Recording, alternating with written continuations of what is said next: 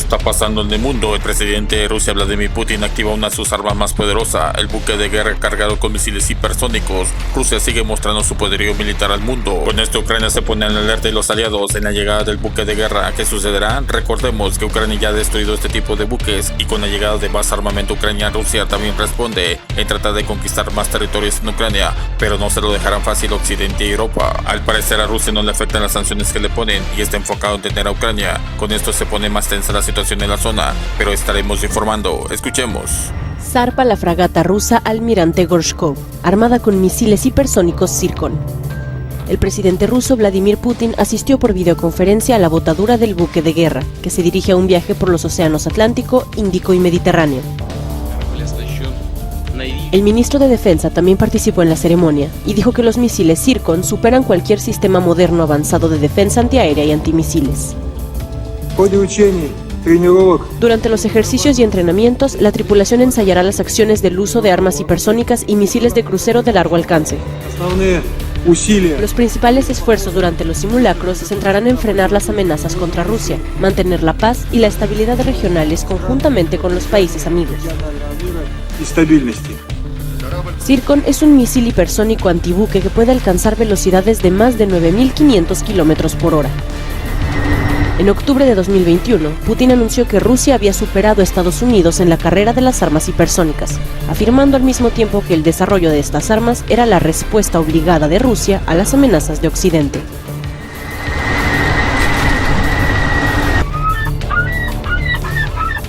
Vamos a saludar a Oleksiy Okidach, es analista político ucraniano.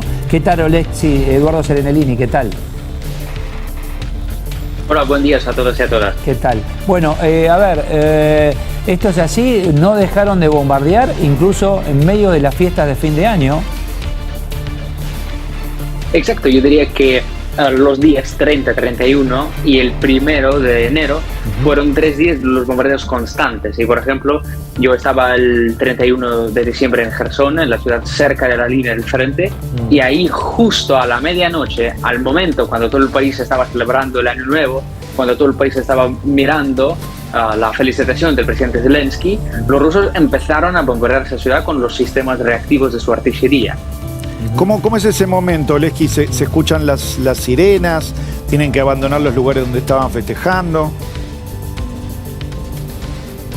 Bueno, el problema con las ciudades que están cerca de la línea del frente es que están en alcance de la artillería. Eso significa que un proyectil de artillería puede llegar a cualquier momento, a cualquier lugar de esa ciudad sin ninguna notificación. Exacto, por eso pues, usted está en una casa celebrando y de repente escucha pam, pam, pam, pam, pam en la calle. Y la única manera para protegerse es esconderse bajo la mesa escuchar, huir después al sótano, al refugio que tiene más cerca. Estamos hablando de localidades donde en algún momento se retiraron los pobladores y regresaron a ese lugar, o nunca se fueron de allí desde que comenzó esta invasión por parte de Rusia. Bueno, si hablamos por ejemplo de Gerson, yo he visitado esta ciudad en noviembre cuando el ejército ucraniano recién liberó ese lugar y había muchísima gente, había como 70% de su cantidad normal que antes de la guerra tenía cerca de 250-300 mil habitantes. Ahora es una ciudad fantasma abandonada completamente porque no hay absolutamente nadie. En la plaza principal usted puede ver en pleno día como 2-3 personas caminando, nada más. Por eso afortunadamente tenemos cada vez menos víctimas de los bombardeos porque si no hay gente, no hay quien matar. O sea, son los ciudadanos que emigraron y no volvieron. Y en aquel momento recuerdo que quedaron los jefes de familia, papá, abuelo, algún hermano mayor, y esa gente es la que sigue quedando allí, o algunos también emigraron. Sí, lamentablemente para muchos hombres fue un problema para salir de Ucrania, pero hay muchas familias que, por ejemplo, estaban en Ucrania todo el tiempo y ellos se movieron desde las zonas más peligrosas, por ejemplo, desde Bakhmut, desde Kramatorsk, desde Gerson a las zonas más seguras, a Kiev, a Lviv. Pero cuando se trata de los ataques de misiles, incluso Kiev, la capital, o Lviv, la ciudad en el oeste de Ucrania, casi en la frontera con Polonia, no son los lugares seguros. ¿Esta será, Oleski, la estrategia rusa durante todo el invierno de replegarse pero ir cubriendo su retirada con misiles crucero? Sí, yo estoy seguro que esto van a continuar a hacer porque vimos que desde, finales de septiembre más o menos, tienen esos bombardeos constantes de todo el territorio de Ucrania y no importa si está en el sur, en el norte, en el este, en el oeste, bombardean todo lo que pueden bombardear. Zelensky, ¿qué mensaje, cómo se comunica con la población? ¿Por qué tipo de medios? ¿Cómo lo hace? ¿Cómo reciben ustedes la información? O allí, cada ciudadano en cada ciudad, la información oficial de lo que ocurre, de lo que van a hacer, de lo que sugieren.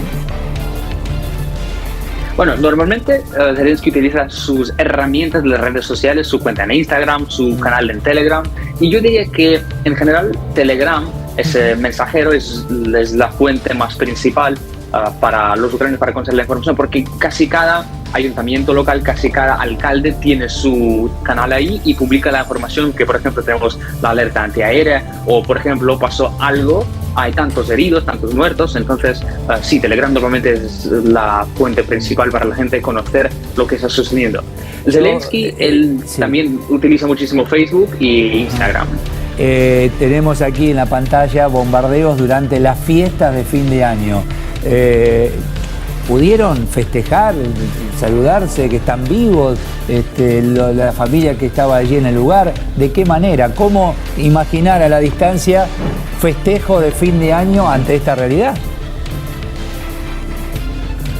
Sí, claro, porque lo que no puede lograr Rusia, y yo creo que nunca logrará, es romper el espíritu y romper el ánimo de la gente en Ucrania.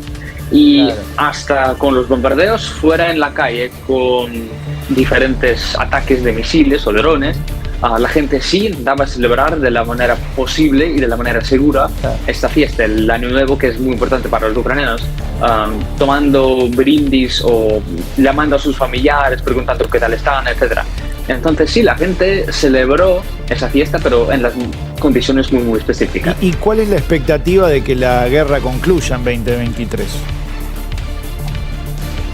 Bueno, yo creo que vimos en el año 2022 que Ucrania estaba avanzando, no tan rápido, pero seguramente. Vimos los avances de ucranianos en septiembre, en noviembre, en diciembre, y yo creo que esta tendencia va a tener lugar en el año 2023, porque Rusia pierde por muchos factores, pierde sus fuerzas y no tiene capacidad para lanzar nuevas ofensivas. Entonces, si uno no tiene capacidad para lanzar ofensivas, siempre está defendiéndose. Y cuando uno está siempre defendiéndose, se logra romper esas defensas y finalmente recapturar el territorio. La situación geopolítica en el mundo está muy difícil. El presidente de Rusia, Vladimir Putin, activa una de sus armas más poderosas, el buque de guerra cargado con misiles hipersónicos. Rusia sigue mostrando su poderío militar al mundo. El presidente de El Salvador, Nayib Bukele, inauguró la megacárcel más grande de Latinoamérica con la capacidad de recibir 40.000 pandilleros de maras. Lo bautizó como centro de confinamiento del terrorismo.